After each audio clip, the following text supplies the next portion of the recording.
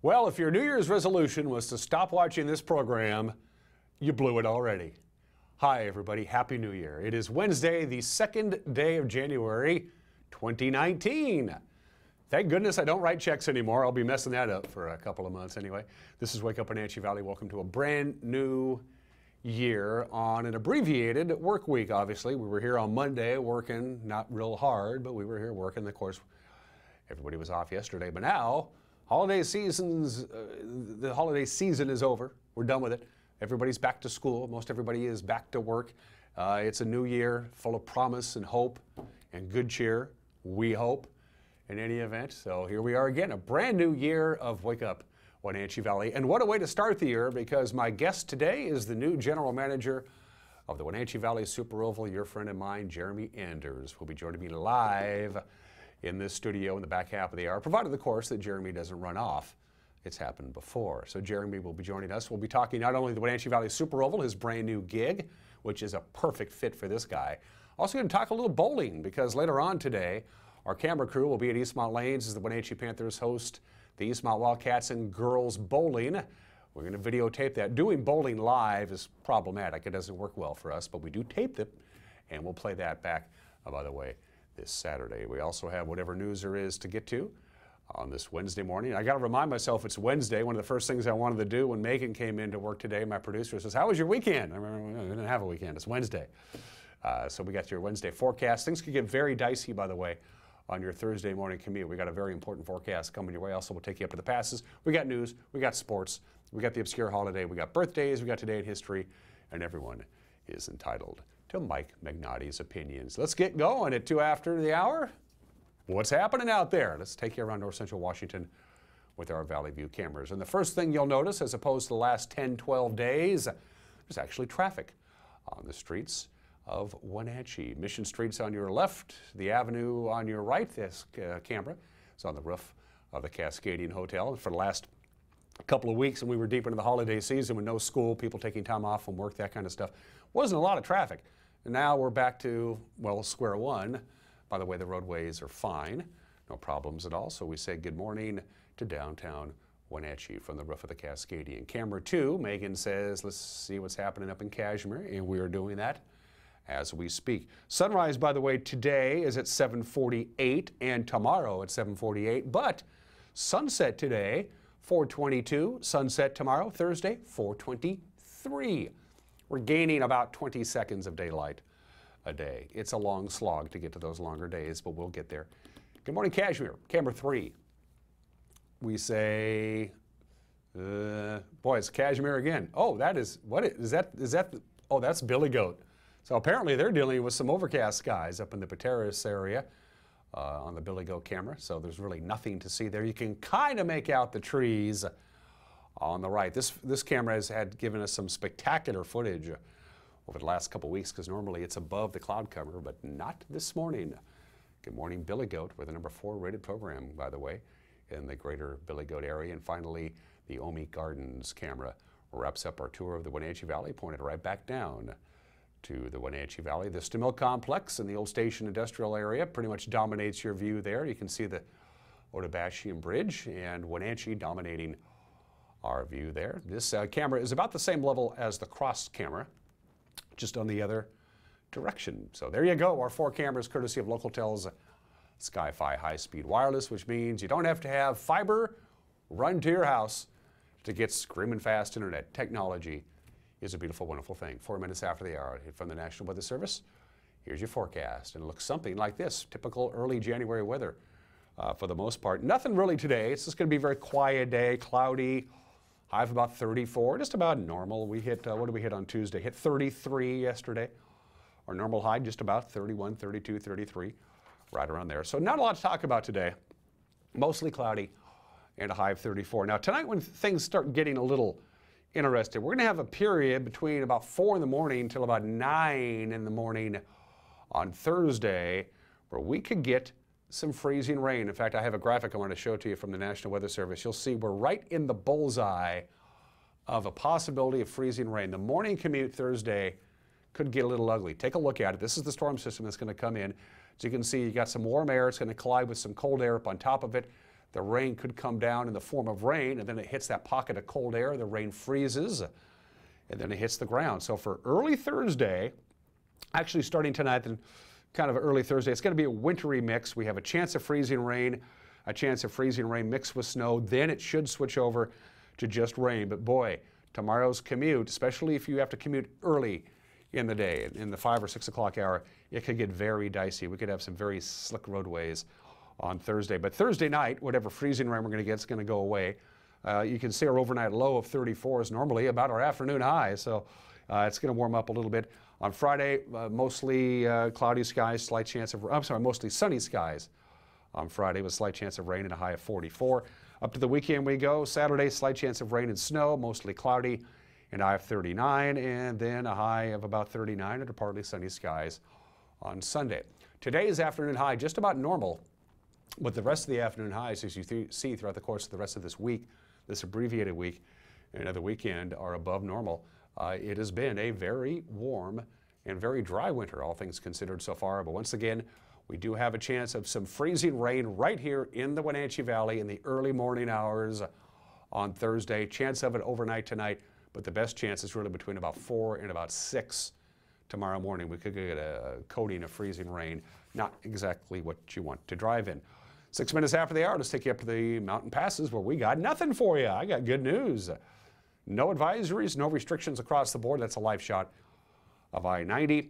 Things are looking fine. Roadways mostly bare and dry with some frost and ice in places. Stevens Pass, same deal.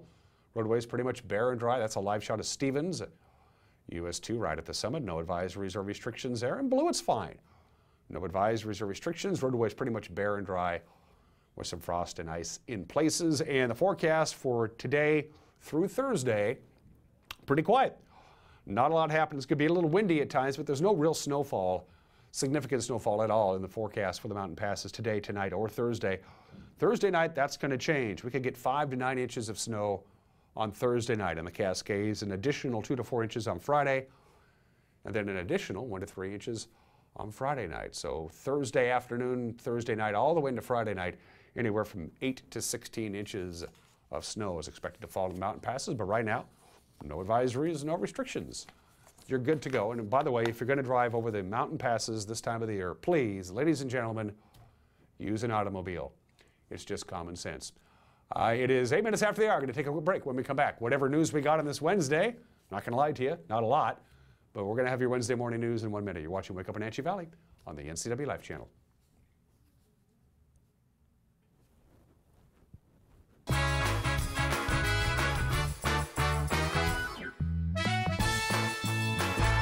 Everything we do is about delivering very high quality care and keeping our patients safe. We really work as a team here, and so that's really what makes it worthwhile. I give 100% every day, and I do that because I work for a company that I believe gives 100% back to me. The bottom line is we genuinely care about our employees. It is the most incredible place to work, and you will be inspired every day.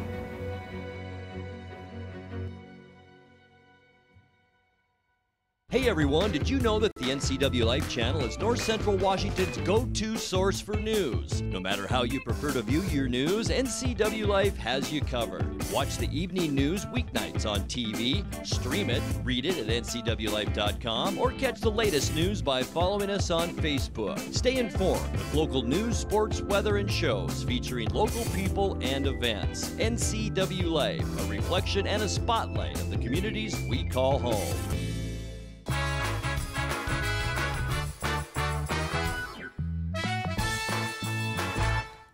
And we are back on this Wednesday. Overcast conditions, 25 degrees. Mostly cloudy skies today. Pretty quiet, pretty benign. High of 35. But if you're just joining us, we have a pretty good chance of some freezing rain early Thursday morning. Kind of a wintry mix on your Thursday tomorrow with some rain, some freezing rain, and maybe even a little bit of snow. Heads up on that. Here's what's making headlines on this Wednesday morning. A high-speed vehicle chase that turned into a foot pursuit near Beverly on Sunday evening ended with the suspect being treated for injuries inflicted by police canine Edo. About 8:30 in the evening, a Washington State Department of Fish and Wildlife officer attempted to pull over a suspected impaired driver, but the suspect, Alfredo Rodriguez Santos, fled. reaching speeds of 100 miles per hour, according to the Grant County Sheriff's Office. Santos pulled into the driveway of a home on Lower Crab Creek Road, ran away on foot, and that's when Deputy Tyson Voss and K9 Ito, there they're pictured, called in, and after a 30-minute search, Ito found Santos hiding in tall weeds. Santos was taken by ambulance to Quincy Valley Medical Center to be treated for injuries related to his encounter with Ito. He later was booked into the jail for felony attempting to elude. A man was arrested in Moses Lake last Wednesday after a Grant County Sheriff's deputy spotted a fertilizer bomb in his vehicle during a routine traffic stop. Ryan S. Palmer, 39, of Moses Lake, is being held for investigation of second-degree burglary and attempted threats to bomb. The Grant County Sheriff's Office said Palmer told them that he stole the materials for the bomb from the Nutrient Ag Solutions in Moses Lake, where he previously worked as a chemical driver. They said he believes his exposure to chemicals during that work contributed to his daughter's birth defects.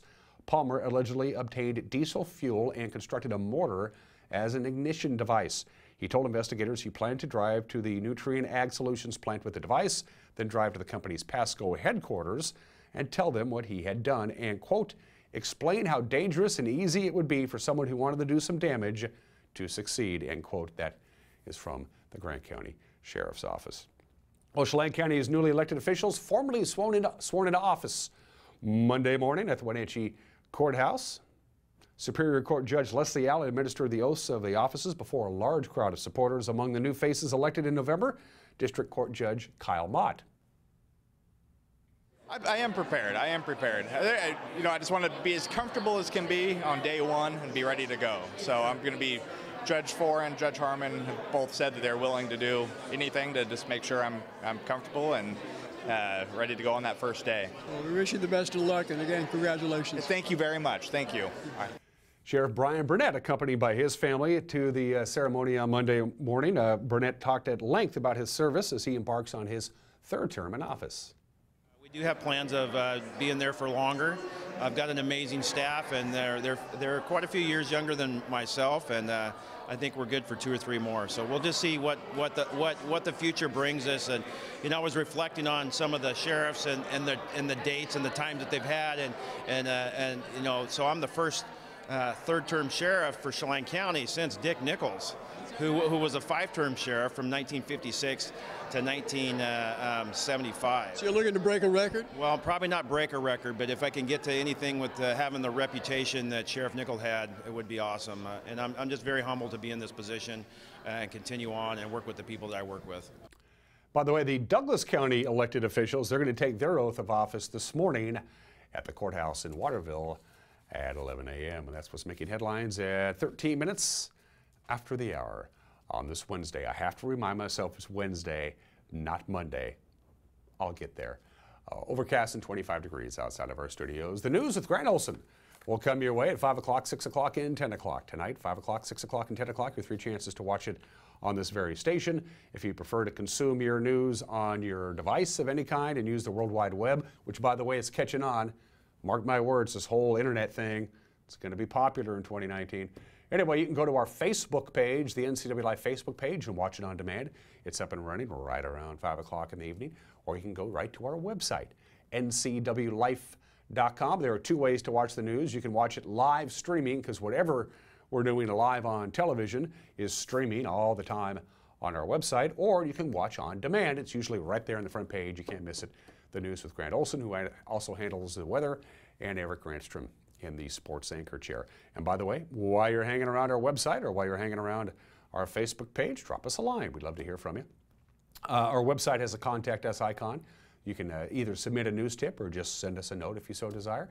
Go to our Facebook page and private message us. We'll get it that way. Or if you want to email us, email is a great way to do it because everybody gets it here at the TV station. News@ncwlife.com. News@ncwlife.com. It is 14 minutes after the hour. We're going to take a break. When we come back, sports. You're watching Wake Up Wenatchee Valley, live from Studio 7 in downtown Wenatchee on the NCW Life channel.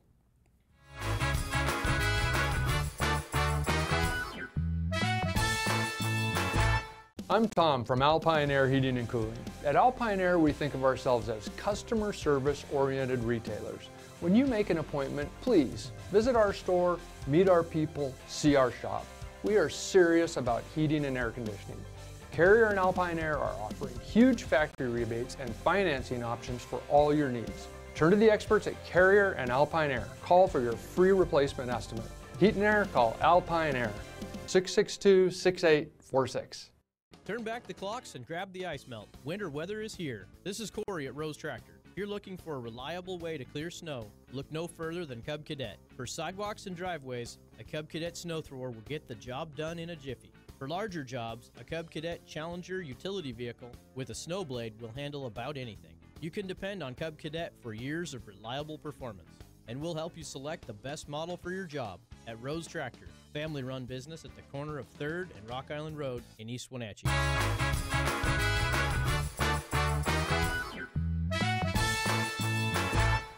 And we are back at Studio 6 here in downtown Wenatchee, 16 minutes after the hour. Sports, the Ohio State Buckeyes knocking off the Washington Huskies 28-23 in the 105th edition of the Rose Bowl yesterday. Final score really was not indicative of the game, however. Ohio State held a 28-3 lead heading into the fourth quarter.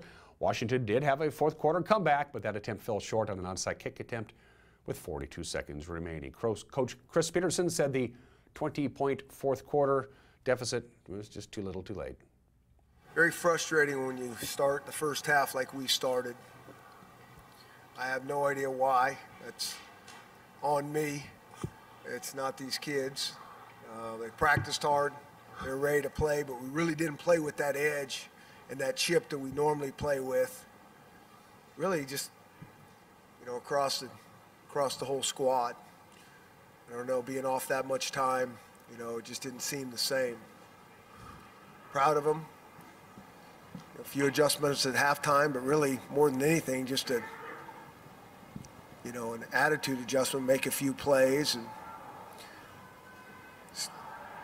that breeds excitement when you make a few plays and kind of feed off each other.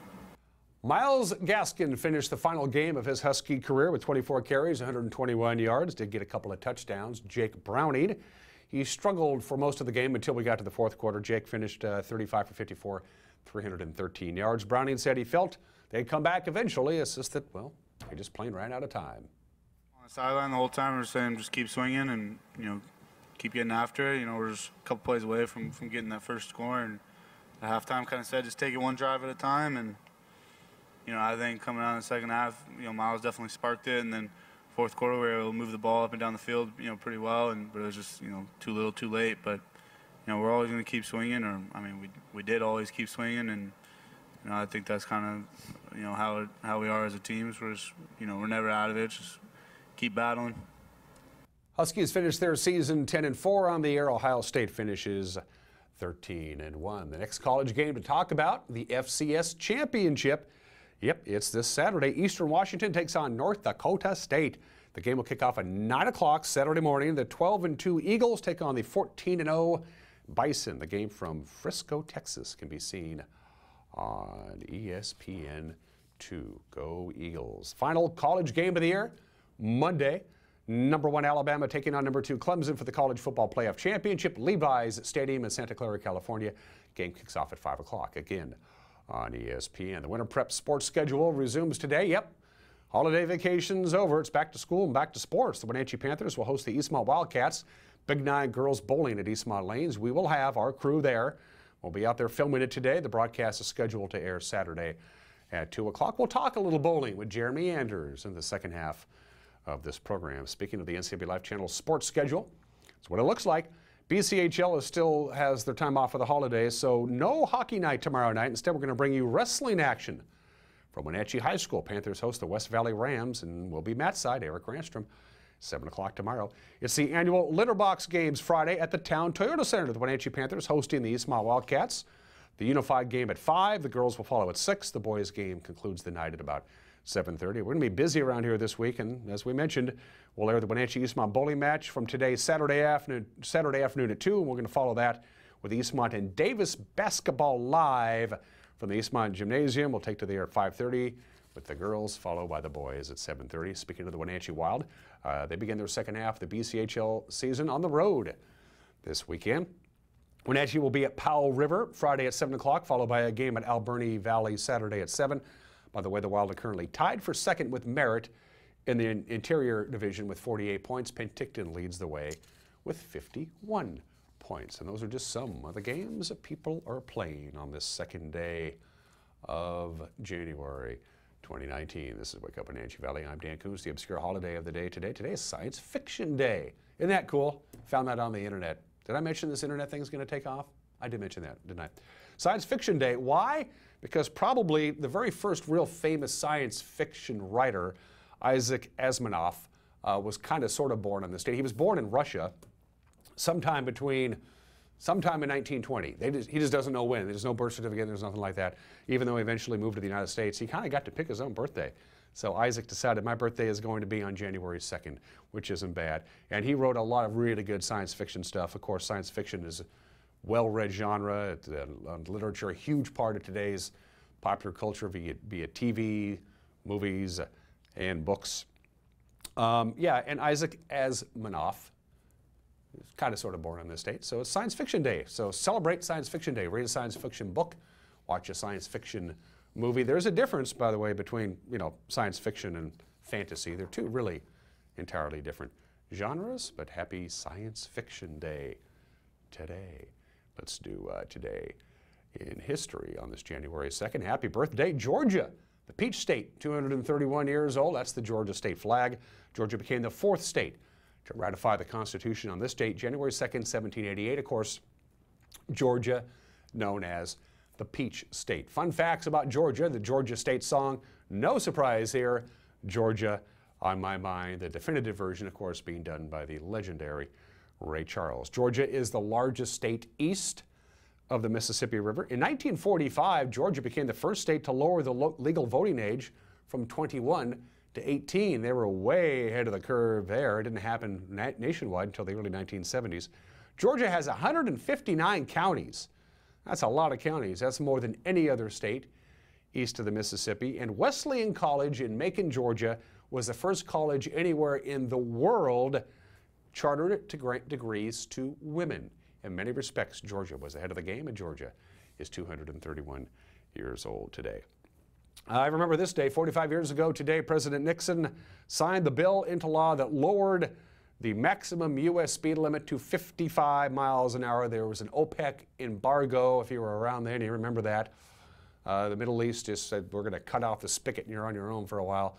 And so to conserve energy and to conserve gasoline, the speed limit went down to 55 miles an hour. It didn't really affect me a great deal. I wasn't driving a car back in 1974, but I was buying records, 45s and albums, and the price of records went sky high because records are petroleum based. They're basically made out of petroleum fossil fuels, or albums are, 45s, and the price of records went up. That's what bugged me.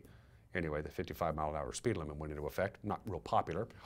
And today's the 41st anniversary of one of the great Rose Bowls of all time when the Washington Huskies held off a late Michigan Wolverine rally and wins the Rose Bowl. The final was 27-20 in the 64th Rose Bowl game. For a lot of people, still one of the most important victories in Husky football history. It said, we're not a fluke.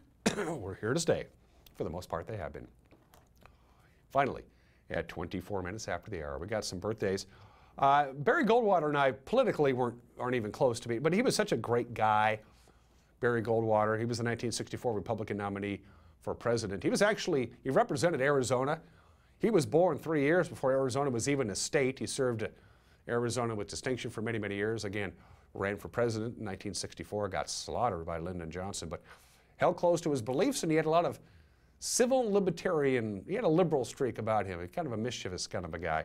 He was a great politician, though, and he was very well liked on both sides of the aisle. Barry Goldwater was born in the state in 1909, passed away 20 years ago at the age of 89.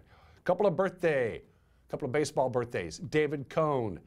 There's Coney, 5 times a world champion with the New York Yankees. He pitched a perfect game back in 1999. David Cone, one of my favorite pitchers, is 56 years old today. And guess who else is 56? Speaking of baseball, Edgar Martinez. Is Edgar going to make it in the Hall of Fame? We'll find out on January 22nd. That's when the class of 2019 will be announced by the Baseball Writers Association of America. He's in his 10th and final year of being eligible on the ballot. Right now it looks pretty good. Whether Edgar is going to make the Hall of Fame or not, I think he's probably going to make the Hall of Fame. He came really close last year. 18 years as a Seattle Mariner, and he is the only designated hitter in history to win the batting championship. He did it with a .356 average back in 1995. Know somebody who's celebrating a birthday? Get a hold of us. Go to our Facebook page.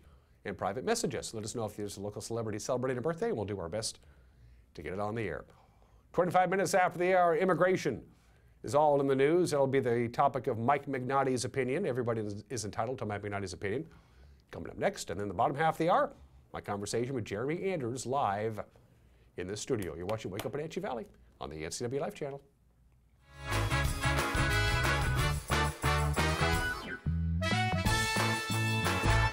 What's your Automocha emergency?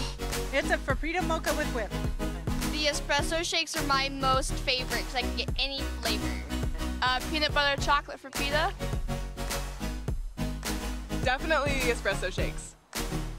My favorite is the mocha Frappitas. A peach Red Bull.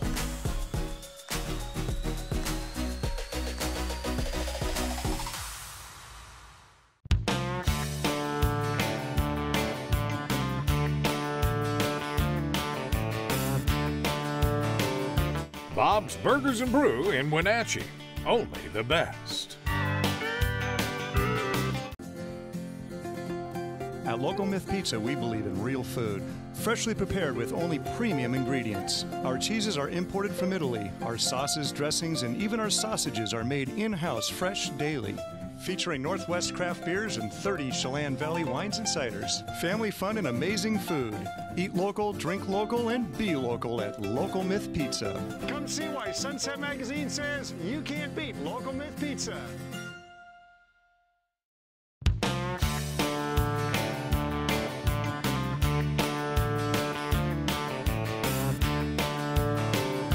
Bob's Burgers and Brew in Wenatchee.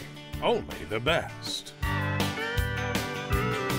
Hey folks, Carrie from Blueberry Hills. A chill is in the air and it's a perfect time for some old-fashioned comfort food like our amazing Eggs Benedict, chicken fried steak, French dips, soups made from scratch, or fruit pies fresh from the oven. The crowds might be gone, but we're still here for you folks, so bring an appetite and a friend to Blueberry Hills in Manson, where you pick, you sit, you eat, and you visit. Open Wednesday through Sunday from 8 to 3. wildaboutberries.com. Thanks to the help I received at Goodwill, I have a job. I'm working now. Thanks to Goodwill. Thank you, Goodwill. Thank you, Goodwill. Thank you, Goodwill. Thank you, Goodwill. Goodwill's Employment Connection Center is a free walk-in job search assistance program designed to get you back to work. When you donate to or shop at Goodwill, you're really helping people find work. Thank you. Goodwill, there's more behind the store.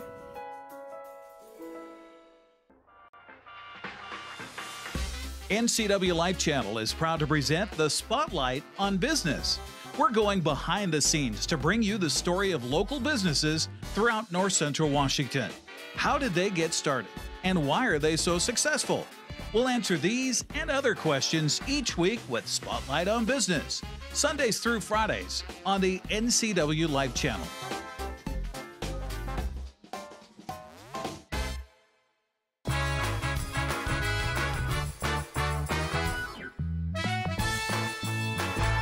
Hey, this is Mike Mad Dog Magnotti, and everybody is entitled to my opinion. Now, I used to have a limited view of those people we refer to as illegal aliens, but then a family of these folks, an undocumented family, moved in next door, and I got to know them, sharing a beer in our driveways, being there to help the kids when their mom and dad were off at work, being invited to their parties. By being involved in their lives and somehow getting to know them, I completely changed my opinion. There was a family who came to America for the same reason many of our families, yours and mine, did. In the first place, to find a better life. Now, I know some of these illegal immigrants are a problem for us, and I'm not trying to excuse that, but let's be honest. Every immigrant group that has come to America has had its bad apples, and that doesn't negate that most of the rest are as good Americans as you and I. That's true. This is Mike Mad Dog Magnati, and that's my opinion.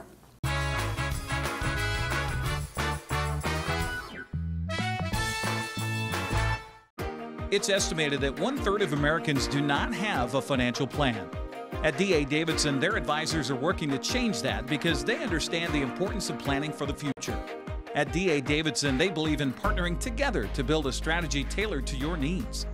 They spend the time and have the knowledge to help keep your financial future on track. Let D.A. Davidson Financial Advisors of Wenatchee put the strength of advice to work for you. You don't want to see this happen. It's the oil light on your car. Oil is the lube of life for your car's engine. At Alignment Pros and Express Lube, they pour the best oil your car deserves. Expect fast, friendly, superior service in a clean environment. They'll change your oil and perform a 21-point inspection while you enjoy the comfort of their amazing waiting room. Keep your car in top shape at Alignment Pros and Express Lube in East Wenatchee.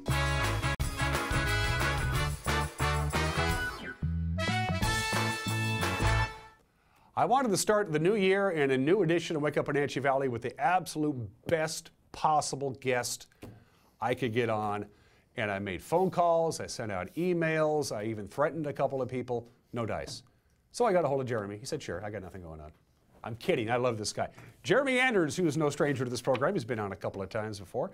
He is the brand new general manager of the Wenatchee Valley Super Oval and a fairly good bowler as well. We're going to start out with bowling, then we're going to talk about the WVSO. But first, Jeremy, Happy New Year. Happy New Year to you, Dan. I know it's been a long time since you've been on the show, probably a couple of years. So give folks a refresher. Jeremy Anders 101. Tell folks a little bit about yourself. Grew up Wenatchee Valley, Wenatchee High School graduate. Last couple of years spent working at Evergreen Speedway in Monroe, Washington. Before that time, spent time working for the Wenatchee Wild, the Town Toyota Center. Did some part-time work for Wenatchee Valley Super Oval. Coached high school bowling for quite a while. Started the Eastmont High School bowling program 6 years ago now. It's been a while. And so just involved in the community, loved the Wenatchee Valley, helped out with a lot of things like Apple Blossom, the Lions Club, quite a few other organizations. When I took the job in Evergreen, it was kind of funny. When I left, I was sitting on the time, I think, 4 different boards and nonprofits at the time, so I had to leave all those behind, which was kind of tough. And as I've come back here over the last couple of months, I've rejoined a few. My wife said I couldn't join all of them again, because it's a lot of time consuming to do all that kind of stuff. So glad to be back though in Wenatchee Valley here full time. I was living here the whole entire time. My family was here. I was actually going back and forth between the two. I got to know Stevens Pass really, really well. If you want to know how to drive from Wenatchee to Monroe, this guy knows how to do it. You probably know every last little curve and.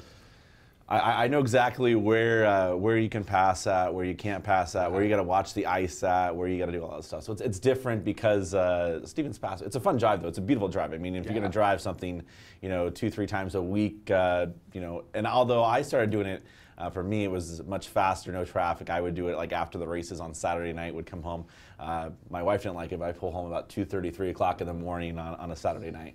Being a racing guy, a guy who likes to drive fast, how many speeding tickets did you get? I feel pretty good right now, knock on wood. During my whole entire time of living, going back and forth, I have 0. Before that time, though, around the Wenatchee Valley, I'll credit many of my friends who are Wenatchee Police or Chelan County or Douglas County. They've done a very good job of controlling me, and I will say, though, I'm going pretty good right now. I think I'm on a 4-year streak with nothing at all, so I take that back. I do have one mishap over there. It was an incident, though, a wreck, not a speeding ticket, though. So. Okay. We love this guy.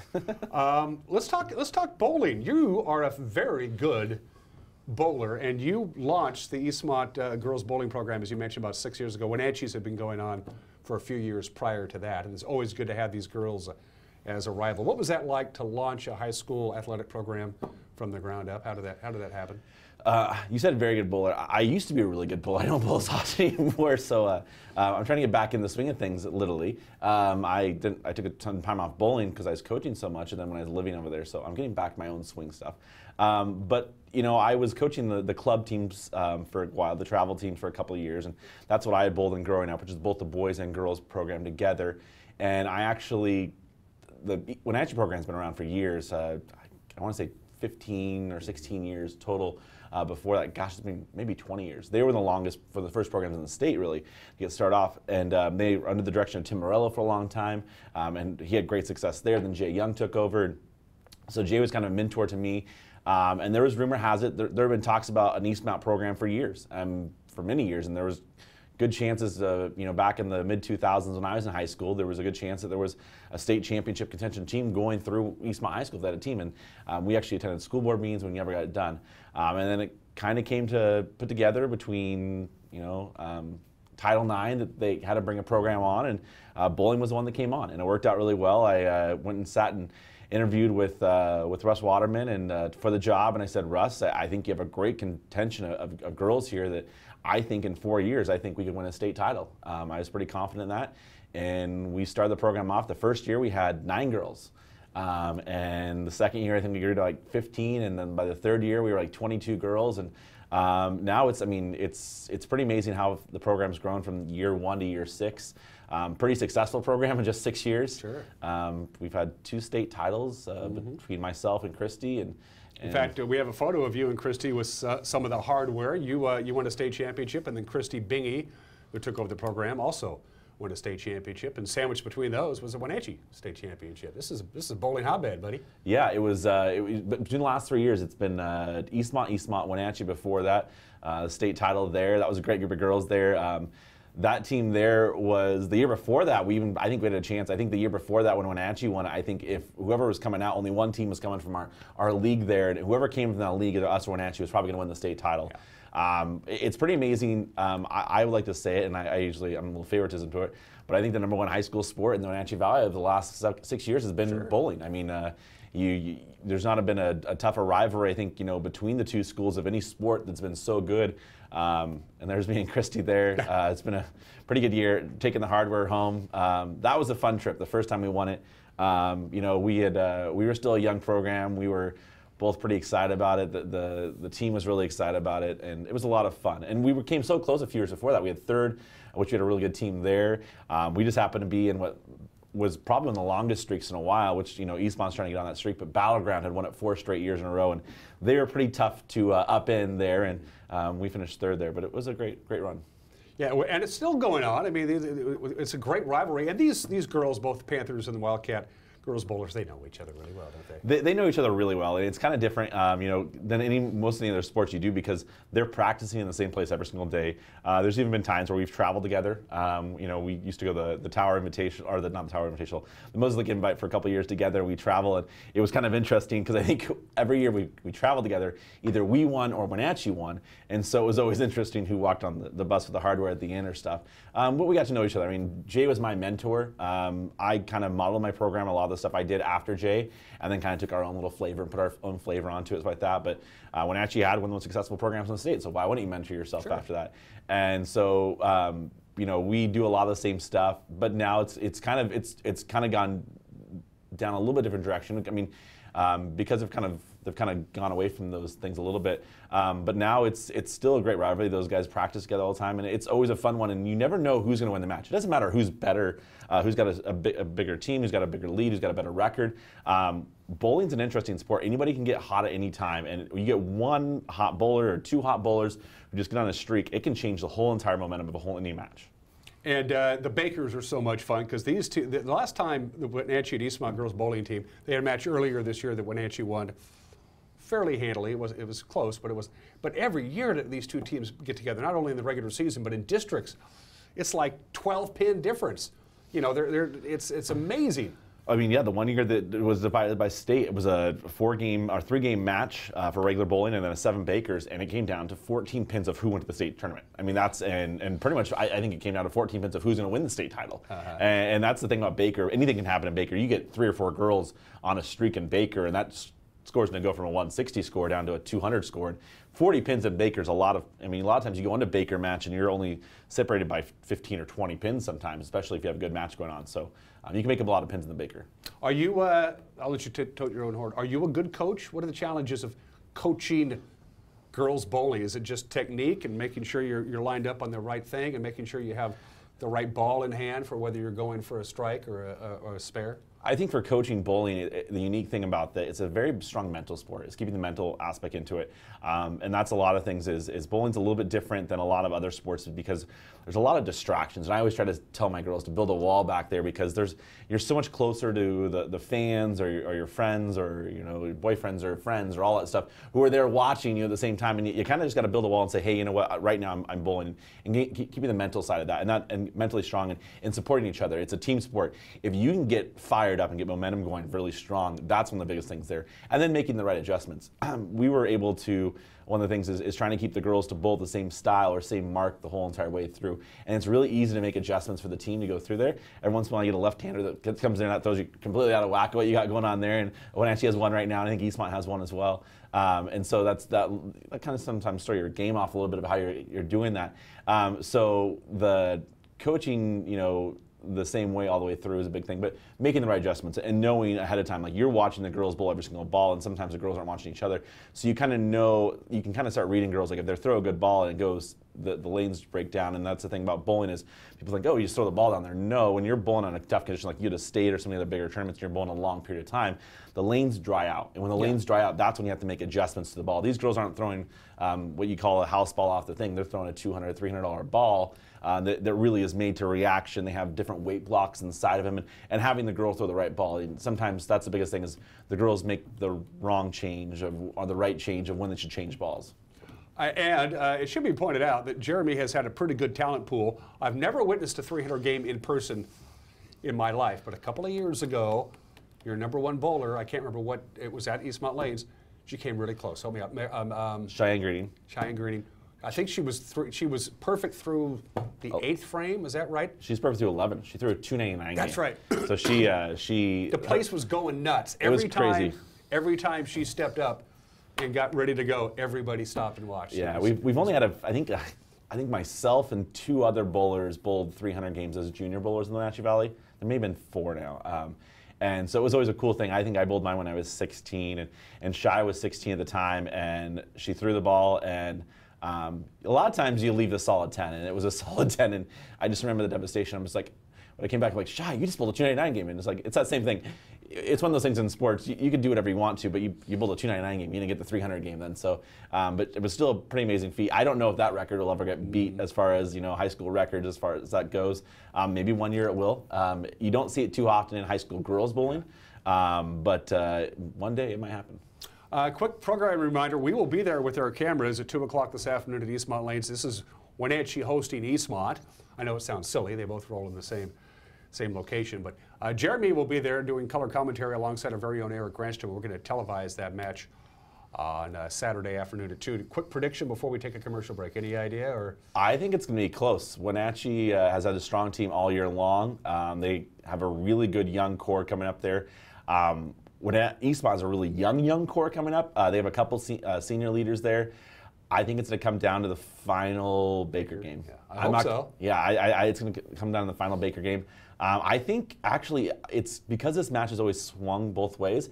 I think might even itself back up. I think you might see Eastmont come out with a victory here, but I think it's going to be really close. I think it's going to be, but it depends. If you get one hot bowler on either side there, could change everything. It's going to be a close match, though. I mean, every single one of these matches, even back when we started the very first year, we would give Wenatchee a run for their money that first year, and then second year we got our first one against them. So first one that we ever televised a few years ago, I was like, okay, how many people are going to show up to Eastmont Lanes and watch high school girls bowling? A lot of people do. Oh yeah, especially the Eastmont Wenatchee match. It is a packed house. And you think high school bowling. People don't think that high school bowling is a fun sport to watch. I dare you to go watch the state tournament. It is louder than most any high school sports you go to. It's crazy, and it's intense, and you see a different side of bowling you've never seen before until you go to one of those. It's a lot of fun. We're looking forward to that this afternoon. We're going to take a quick break. When we come back, let's talk racing. We're going to drive fast and turn left. We're going to switch gears and go. Switch gears. Ooh, nice analogy. Wow. Going to talk about the WVSO with Jeremy when we come back. You watch Wake Up Wenatchee Valley on the NCW Life Channel.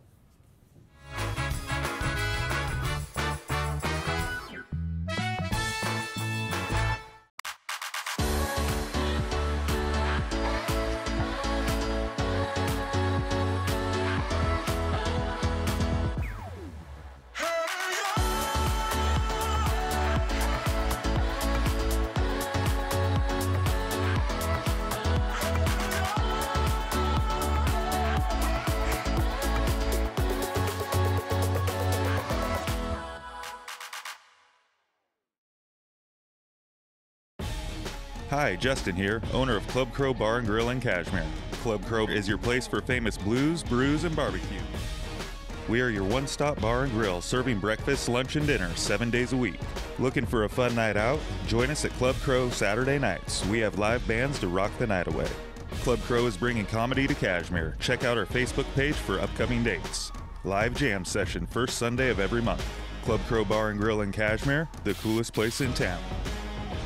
Collins Fashions has your lifestyle in mind. Casual to special occasions, head-to-toe styling, foundations to shoes, jewelry, scarves, handbags, awesome gifts too. Denim brands from Liverpool, Not Your Daughter's Jeans, French dressing, all fits and sizes. Slacks from Joseph Ribkoff, Renoir, Tribal, and Elliott Lauren. Easy care and flattering. Stylish sweaters from Icelandic, Curio, and Tribal. Great selection of cashmere sweaters and scarves too. We always have you in mind at Collins Fashions in downtown Wenatchee. Hey everyone, Fletcher and Amy Ellington here from Live It Up. In the investment world, ROI stands for Return on Investment. Well, how does better health, better wealth, and better relationships sound for ROI? Join us every week right here on NCW Life and learn how to invest in the most important asset, you. We're going to answer your questions and provide some weekly inspiration so you can create a life that you love. Join us on Live It Up.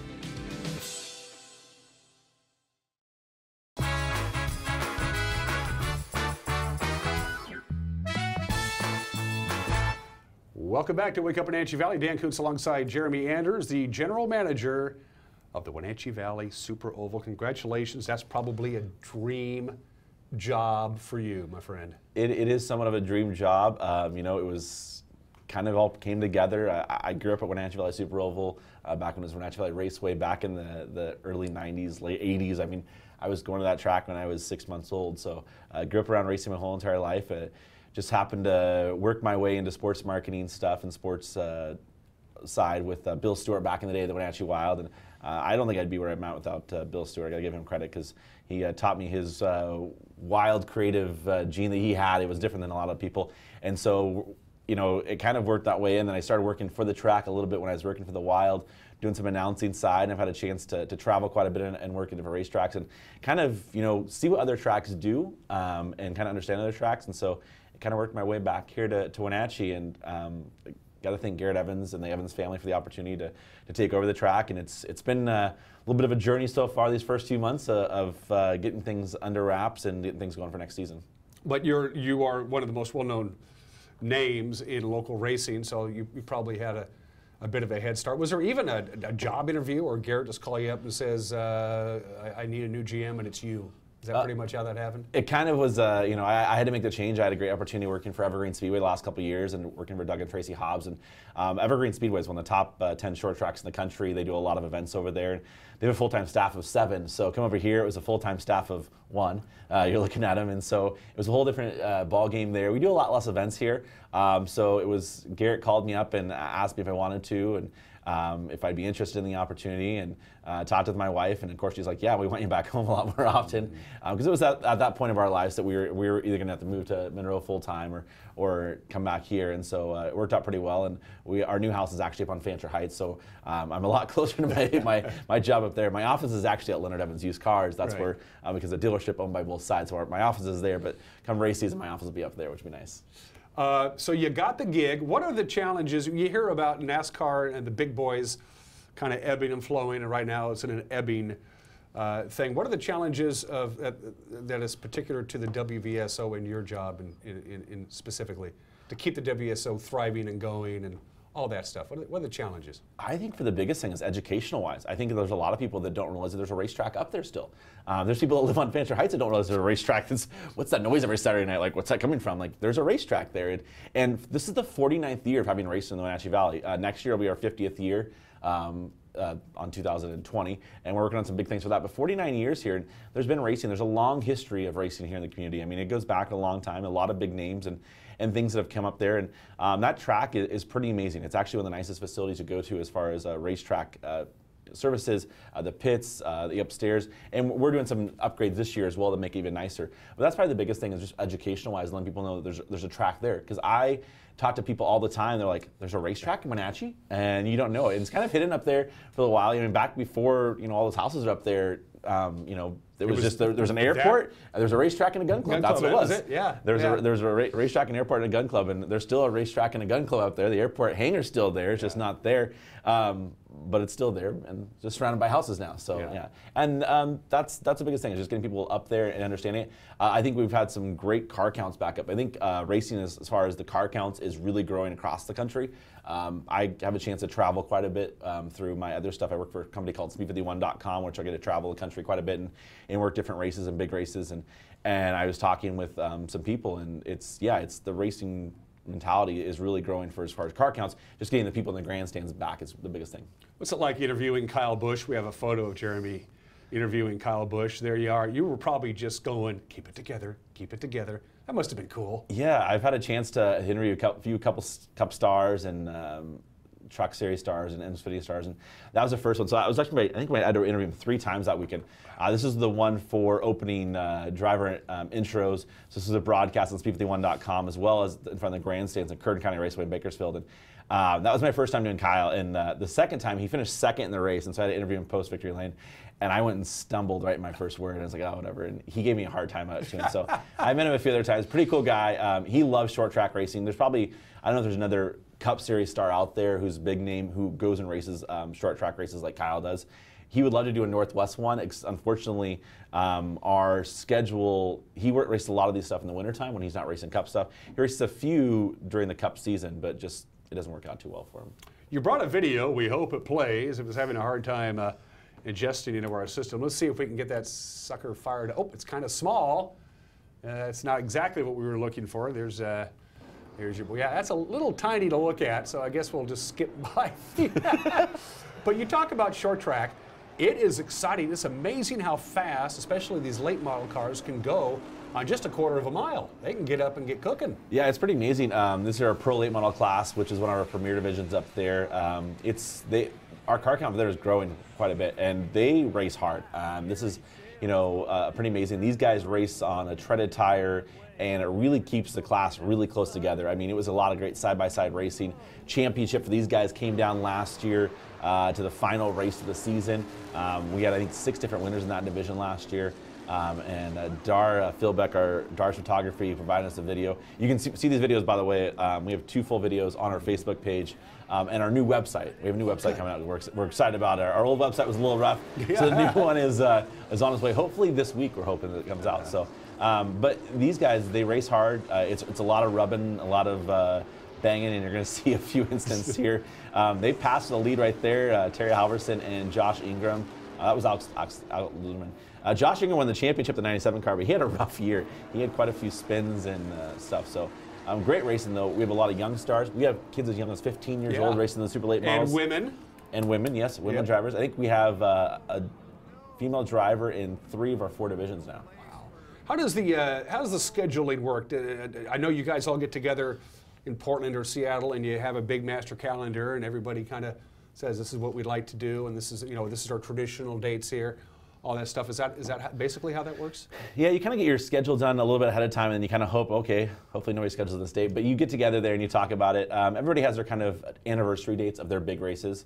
Like our Leonard Evans 150 is always the first weekend of Apple Blossom Festival. It's been like that for years. There's always been a big race during. Packs the place. It's one of our biggest races of the year. It's Packs Place. It's a big name, a lot of big drivers. You get drivers from about 6 different states that come to that one there.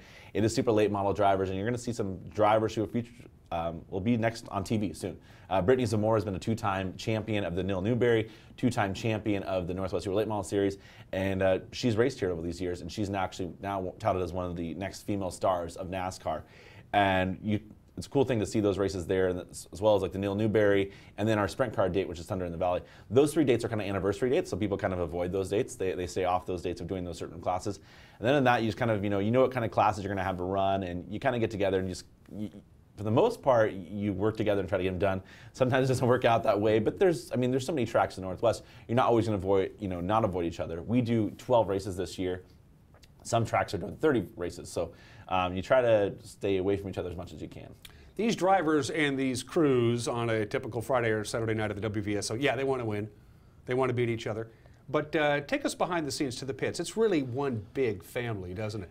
if somebody yells help, everybody comes running, right? Yeah, I mean, especially I will say when the higher the divisions you go up, they're still going to help each other out like that. And there's rivalries. I mean, that's the best thing about it. There is short track rivalries.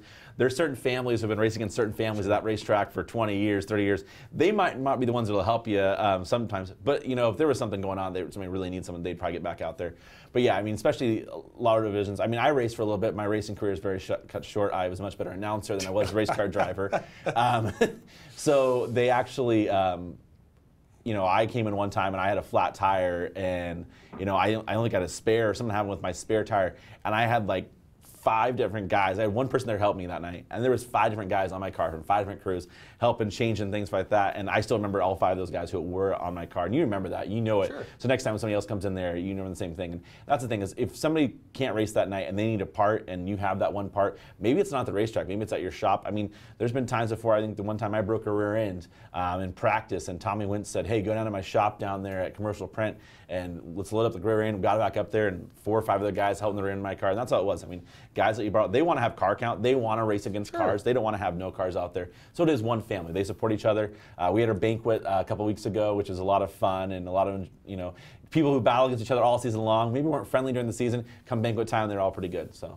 How do you plan, we're going to be straight up honest here, getting into driving race cars either as a hobby or to do it, you know, somewhat seriously, it's an expensive sport to get into. It's not a cheap hobby.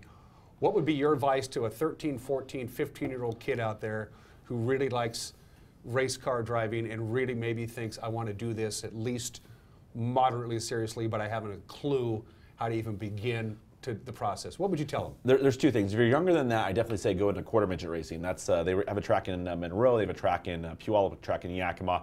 You can start as young as 5 years old in those things, and really get your good start. You learn the basics of racing. It can be expensive. It also can be very cheap as well. You can get in that very, very cost affordable. Starting at 12 years old, we raced them at Wenatchee in the Roadrunner class, and we have some 12-year-olds, 13-year-olds, and 14-year-olds that race up there. You can buy those cars. I mean, I see them for sale right now for $400, $500, up to $1,000. You know, the more expensive you buy, usually the nicer car you're going to get. And that season there, you can really race it affordable. You don't have to pay a lot of tires. Really, the whole season, unless you wreck your car, you can get through the season just buying your back gate passes. And Roadrunner classes is really your entry-level class. There's a lot of affordable cars around the Wenatchee Valley. You get started in that and just kind of work your way through the ranks. We've seen a lot of drivers. Josh Ingram started a youth Hornet class, and now he's a champion in our class and a late model. So, I mean, you can work your way through the ranks easily. You're pretty pumped about this upcoming racing season, aren't you? I'm really excited. Yeah. We have some big things in the works. We're bringing back semi-trucks. Big rig racing, the first time we've had them back in quite a few years. I think it's been 5 years for them. Bump to Pass racing is back. We haven't had them for 4 years, so Bump to Pass is always an exciting one for the fans. We have them twice this year. And you know, sponsorship-wise, we've had a lot of great sponsors who have stepped up jumped on board with us this year. We have new sponsors we're talking about, so if you're interested in sponsoring, we're still looking for sponsors for next year, but it's been a really good buzz. That's what I'm excited about. We've had some new cars come in. Season passes are on sale right now as well. We got tossed those at $99 right now until January 15th. Wow. I mean, that's like 40% savings. Yeah, and then you get a family pass for $289, which means it's less than $30 per race for the family, and those have been selling faster than we've ever had before. So I'm excited. I feel like I feel things are going pretty well. Of course, there's going to be a hiccup here or there, but for the most part, I'm excited about next season. Ever since Garrett and the crew redid the Wenatchee Valley Super Oval from the old raceway to what they did with everything that they made, all the improvements and everything, it's fun to go. It's a show. There's no dead time. You know, one race is over, they're off, and up comes the next. And it's family fun. It's family entertainment. It's affordable. It's a great way to blow a Saturday night to go up to the WVSO and have a good time. Exactly, yeah. It's been a fun time. 20 years under the Evans family. Got to mention too, WVSO.com for the schedule, for everything coming up. A new website coming out hopefully next week. So ignore our old website a little bit. It's kind of a little rough. And then our Facebook page as well. Follow us on there. We have new videos and new pictures going on all the time. So, oh, and one more thing. We only got about a minute left, or less than a minute left. You talk about he's the only full-time paid employee, but there's a lot of people who make it happen during the season, doesn't it? Yeah, we have a lot of staff that comes in that are kind of our seasonal staff. A lot of them have jobs throughout the year, but they come. They're there because they love racing. Yeah. You know, we have a lot of volunteers that support the track throughout the year just to kind of sign things. But we have a great race day staff that come in there all year long, and some maintenance facility staff as well. So it's amazing the support that they give us, and the racers themselves. The racers, they try to do as much as they can to give back. Jeremy Anders, the general manager of the Wenatchee Valley Super Oval. I will see you at Eastmont Lanes this afternoon, my friend. Sounds good. Everybody have yourself a great Wednesday. We'll see you tomorrow. Bye-bye.